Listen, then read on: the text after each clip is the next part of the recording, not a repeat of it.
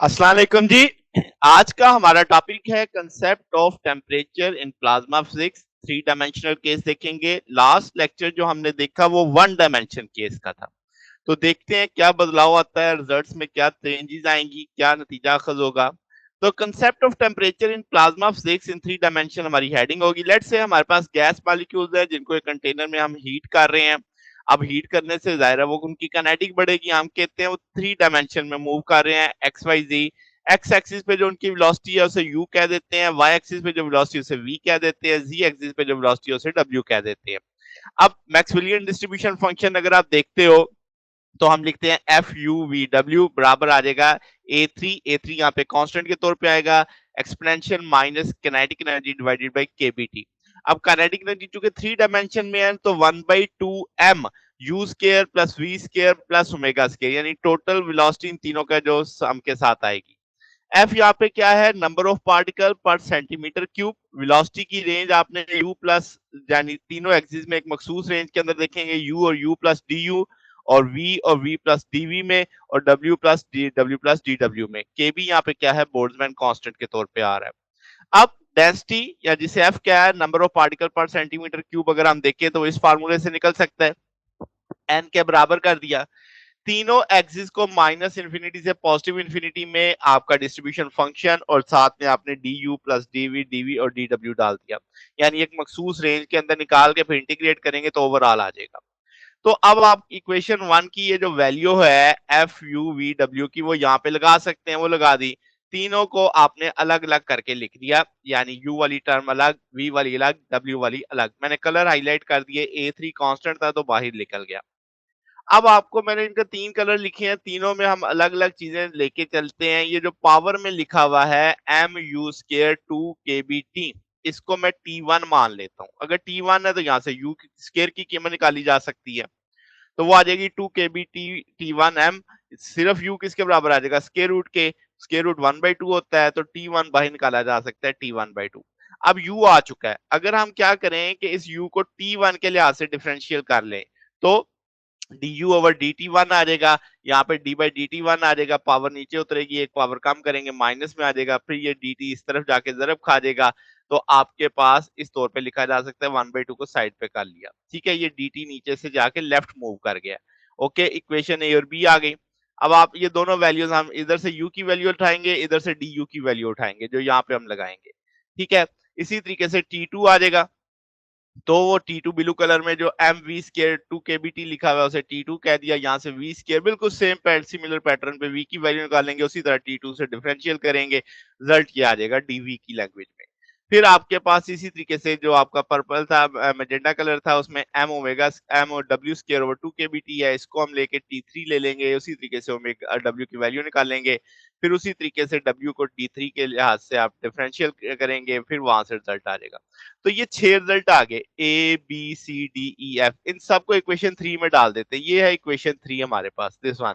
यानी इसमें ये अब वैल्यू डाल जाएगी तो आपके पास ये इक्वेशन इस रूप में आ जाएगी। आपने पहले वैल्यू डाली रेड वाली, ए और बी की वैल्यू डाली, तो वो माइनस टी वन आ गया, साथ में ये सारी आपके पास डी वी की वैल्यू आ गई, फिर डी यू की, फिर डी डब्ल्यू की, इस तरह वैल्यूज प्लेस कर दी। अब जो कांस्टेंट है बाहर निकालिए, 1/2 तो 1/2 हो जाएगा, टू के बी टी की पावर 1/2 तो 3/2 हो जाएगा। फिर अगला स्टेप में क्या काम किया है, कॉमन लेने के बाद कि ये माइनस इन्फिनिटी से इन्फिनिटी, माइनस इन्फिनिटी से इन्फिनिटी, माइनस इन्फिनिटी से इन्फिनिटी, तो अगर हम इसको जीरो से इन्फिनिटी करते हैं तो टू ले लेंगे, तो यानी आपके पास इधर से भी टू टू, यानी यह स्टेप कर लिया हमने, या डेफिनेट इंटीग्रल की एक प्रॉपर्टी को यूज किया है। तो अब ये टू बाई जाएगा तो टू की पावर थ्री, वो टू की पावर थ्री इस टू की पावर थ्री से कट जाएगा। अब ये जो आप तीनों फैक्टर देख रहे हैं तो ये गैमा फंक्शन की लैंग्वेज में लिखे गए हैं। मैंने ना उसको लिख दिया, ये -1/2 था तो 1/2 -1 की लैंग्वेज में लिखा ताकि n-1 वाला कंसेप्ट आपको समझ आ जाए।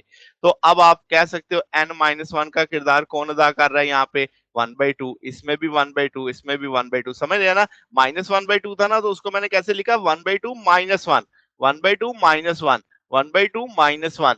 तो ये आपका -1/2 ही बचेगा, तो इसको इस पैटर्न पे मैंने लिख दिया ताकि आप इसके साथ मुमासलत देख सकें। फिर आपके पास ये सारी वैल्यूज गामा 1/2 गामा 1/2 गामा 1/2 आ गई। प्रॉपर्टी होती है गामा की, ये स्क्वायर रूट पाई के बराबर आता है। तो आपके पास ये पाई स्क्वायर रूट 1/2 होता है, तो ये 3/2 लिखा जा सकता है, तो ये भी इसके साथ इकट्ठा लिखा जाएगा।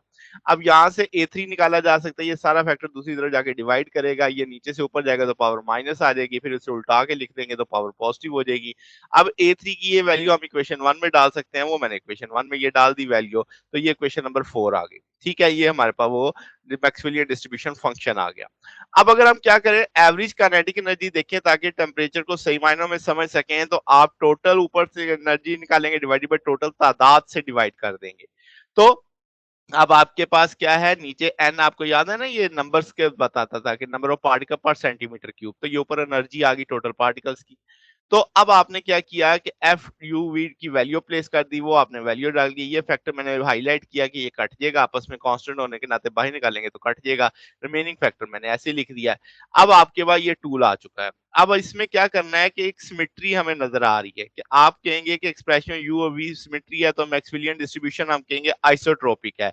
तो सारे को हल करने की बजाय हम एक टर्म ले लेंगे और जो आपका नॉमिनेटर है वो सबके लिए सेम है, तो हम एक टर्म लेके उसे 3 से मल्टीप्लाई कर देंगे, जैसे मैंने नीचे किया। एक टर्म अलग कर ली, यू वाली टर्म मैंने अलग कर ली है इसमें से और नीचे वाले से भी ऐसे ही, और बाकी ऊपर आप देखो तो ये आपके पास था ना U square plus V square plus omega square. अगर आप इसे भी यू स्केयर कर दो, इसे भी यू स्केयर कर दो, इसे भी यू स्केयर कर दो, तो 3 यू स्केयर हो जाएगा ना, तो वो 3 बाहर आ जाएगा, यू स्केयर इसके साथ ही रहेगा।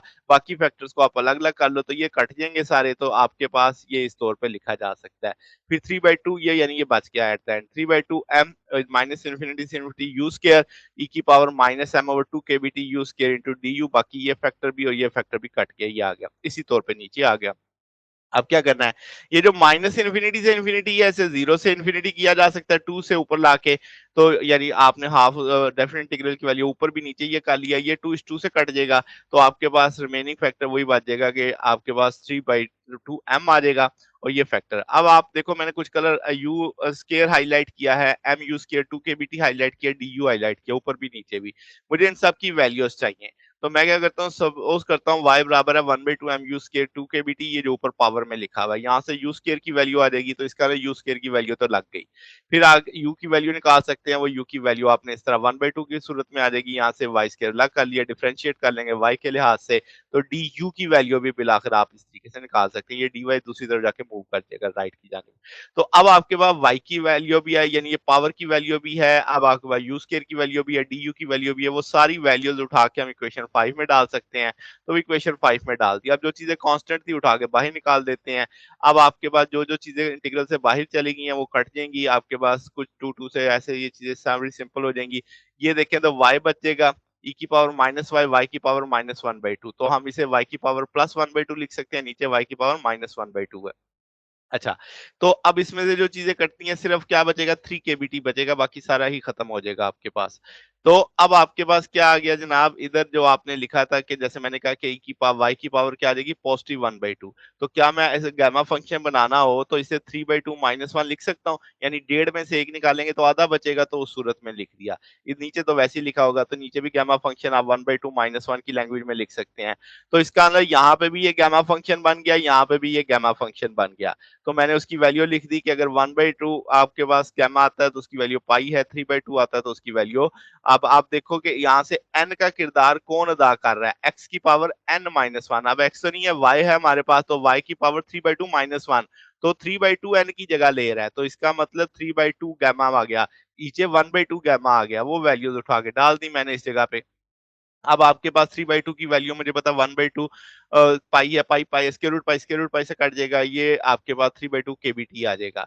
अब अगर आप देखो तो जनरल रिजल्ट आप कह सकते हैं कि जो एवरेज एनर्जी है 1/2 केबीटी पर डिग्री ऑफ फ्रीडम, क्योंकि हम 3 डायमेंशन में चल रहे थे ना, तो 3 केबीटी आ जाएगा। बात समझ गए?